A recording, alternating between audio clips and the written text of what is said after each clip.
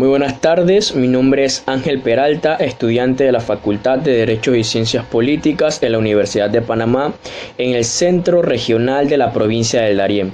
El día de hoy le hablaré sobre la sucesión testamentaria, la sucesión por causa de muerte y la adquisición de herencias en el derecho romano.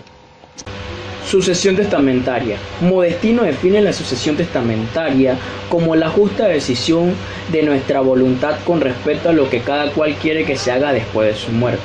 La palabra testamento tomó un origen en el testimonio de la mente. Esta definición ha sido criticada porque no expresa el elemento principal del testamento, en la cual es la institución del heredero. En efecto, según el derecho romano, no podía haber un testamento sin un heredero, ya que la institución heredera es la cabeza y fundamento de todo testamento. No sucede lo mismo con el derecho civil moderno, en donde no es necesario la institución heredera para que se pueda testar. Ese elemento esencial se ha destacado en el testamento romano, definiéndolo como una solemne declaración de última voluntad mediante la cual se instituye el heredero. Pero claro, no solamente se existen esos parámetros. Para que el testamento sea válido se necesitan ciertos requisitos. Uno de esos requisitos es el que el testador tuviese la capacidad de testar. El heredero fuese capaz de ser instituido como tal, que sea observado a plenitud la formalidad del testamento. Claramente que está la capacidad de testar exige ciertas capacidades, como tener patrimonio propio, tener el ius commerci y gozar de una capacidad jurídica. Según la fuente inmediata de la herencia se divide en testamentaria o legítima. La primera proviene del testamento y la segunda proviene de la ley a falta de testamento. La herencia testamentaria ocupa el primer lugar en el derecho romano, lo que quiere decir que solo cuando no hay testamento entra la invalidez o sucesión o legítima.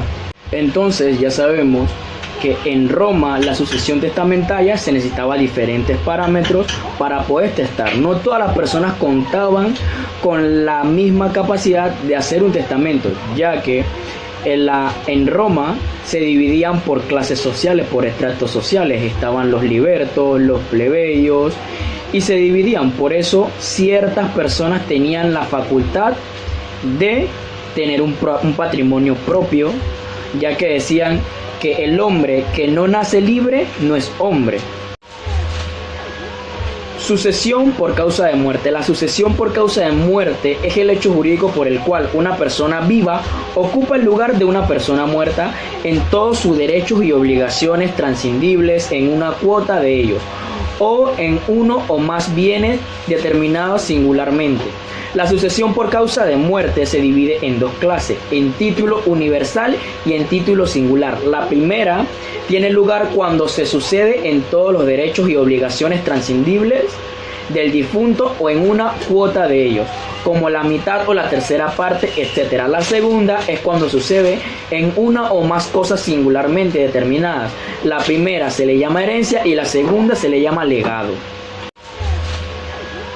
Sucesión por causa de muerte. La sucesión por causa de muerte es el hecho jurídico por el cual una persona viva ocupa el lugar de una persona muerta en todos sus derechos y obligaciones transcindibles en una cuota de ellos, o en uno o más bienes determinados singularmente. La sucesión por causa de muerte se divide en dos clases, en título universal y en título singular. La primera tiene lugar cuando se sucede en todos los derechos y obligaciones transcindibles del difunto o en una cuota de ellos, como la mitad o la tercera parte, etc. La segunda es cuando sucede en una o más cosas singularmente determinadas. La primera se le llama herencia y la segunda se le llama legado. Claramente está que la herencia no es otra cosa que la sucesión de todos los derechos que tuvo el causante.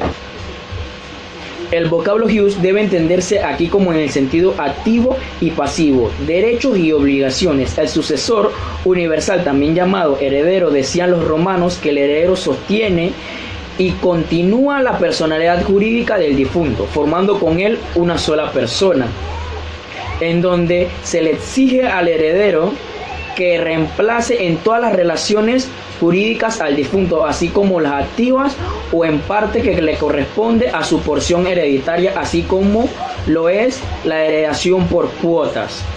Se dice entonces que la herencia se difiere al heredero. Esto quiere decir que se le pone a su alcance. Se dice también que la delegación de herencia es allanamiento actual, que la ley hace que el heredero la acepte o la repudie, en donde se le exige a los ius juris jurídicamente capaces que tuvieran el ius commerci, que podían testar. Excepcionalmente podían otorgarles a los hijos de familiares respetados con su peculios castrense y casiocastrense hasta la concurrencia de él. Como consecuencia de lo dicho anterior, tampoco se le podía otorgar testamento a las personas jurídicamente incapaces, a los pubertos, furiosos, etc. La forma de testar. La solemnidad externa de los testamentos variaron en las distintas épocas de la evolución del derecho romano. Una de estas formas son el testamento calotis comentis, que se le otorgaba mediante la declaración a viva voz del testador ante el heredero y ante el pueblo reunidos ante los comicios. El testamento improcetum se lo otorgaba en tiempos de guerra ante el ejército en una formación como si fueran a la batalla. El testamento per es in libran era un mancipio o venta simulada del testamento al heredero, que tomaba en este caso la denominación de familiar imperator, comprando la herencia. Forma de testar en el derecho de Justiniano. En esta época el testamento podía ser público y privado. El público era que se le otorgaba ante el emperador y los magistrados, que se le presentaba el contenido y fuese depositado en los archivos públicos, que se hacía presente la declaración testimonial verbal y quedaba protocolarizado. El testimonio privado se debía ser otorgado ante 7 testigos idóneos, expresamente invitados al acto. No era testigo idóneo los que tenían el fatio testamenti activo, ni las mujeres, ni los mudos, ni los sordos, ni los que fueran parte de una familia civil del testador o el heredador. Emancipation se relacionaba mediante su ritualidad propia, y como se trataba de un acto destinado a producir efectos después de la muerte del testador, en ese tiempo se proponía en el efecto de fingir la venta. El heredero sustituido. El heredero sustituido era la institución para el caso de que el heredero principal no aceptara la herencia o no llegara a transmitirla por testamento.